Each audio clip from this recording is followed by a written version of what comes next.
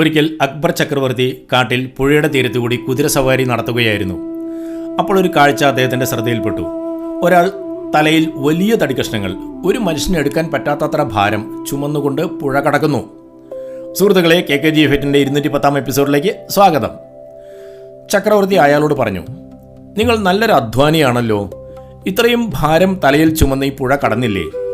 നാം നിങ്ങൾക്കൊരു പാരിതോഷികം നൽകാൻ തീരുമാനിച്ചു.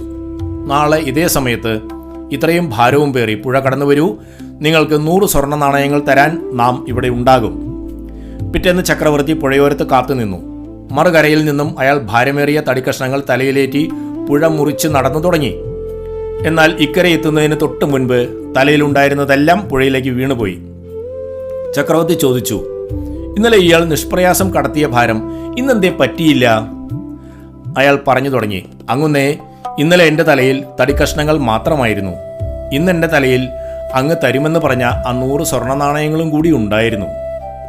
സുഹൃത്തുക്കളെ, ഓർക്കാപ്പുറത്ത് കുറെ ധനം വന്നാലുള്ള അവസ്ഥയാണിത്. അയാൾ അധ്വാനിച്ച് സമ്പാദിച്ച 100 സ്വർണ്ണ നാണയമാണ് കൈവശം ഉണ്ടായിരുന്നതെങ്കിൽ ഈ ഭാരക്കൂടുതൽ അയാൾക്ക് തോന്നുകില്ലായിരുന്നു. തീരെ പ്രതീക്ഷിക്കാതെ പണം വന്നാൽ അതും അർഹതയില്ലാത്തത്. ആരും അഹങ്കരിച്ചു പോകും. പഴയതൊക്കെ അവർ മറക്കും. പിന്നെ ഒരുതരം വിഭ്രാന്തിയായിരിക്കും. ഒരു സമാധാനവും ജീവിതത്തിൽ പിന്നീട് ഉണ്ടാകില്ല.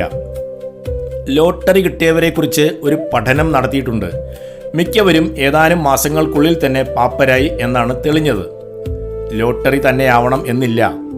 അപ്രതീക്ഷിതമായി ലഭിക്കുന്ന വലിയ ധനലാഭമോ പെട്ടെന്ന് വന്നു ചേരുന്ന സൗഭാഗ്യങ്ങളോ പോലും ചിലപ്പോൾ മനുഷ്യരെ വലിയ മാനസിക തകർച്ചയിലേക്കും ബുദ്ധിമുട്ടുകളിലേക്കും തള്ളിയിട്ടേക്കാം. അപ്പോൾ ഉണ്ടാകുന്ന വിഭ്രാന്തിയിൽ നിന്ന് മോചനം നേടിയില്ലെങ്കിൽ ജീവിതം ദുസ്സഹമാകും. ശ്രദ്ധിച്ചാൽ നല്ലത്. Bye from KKG.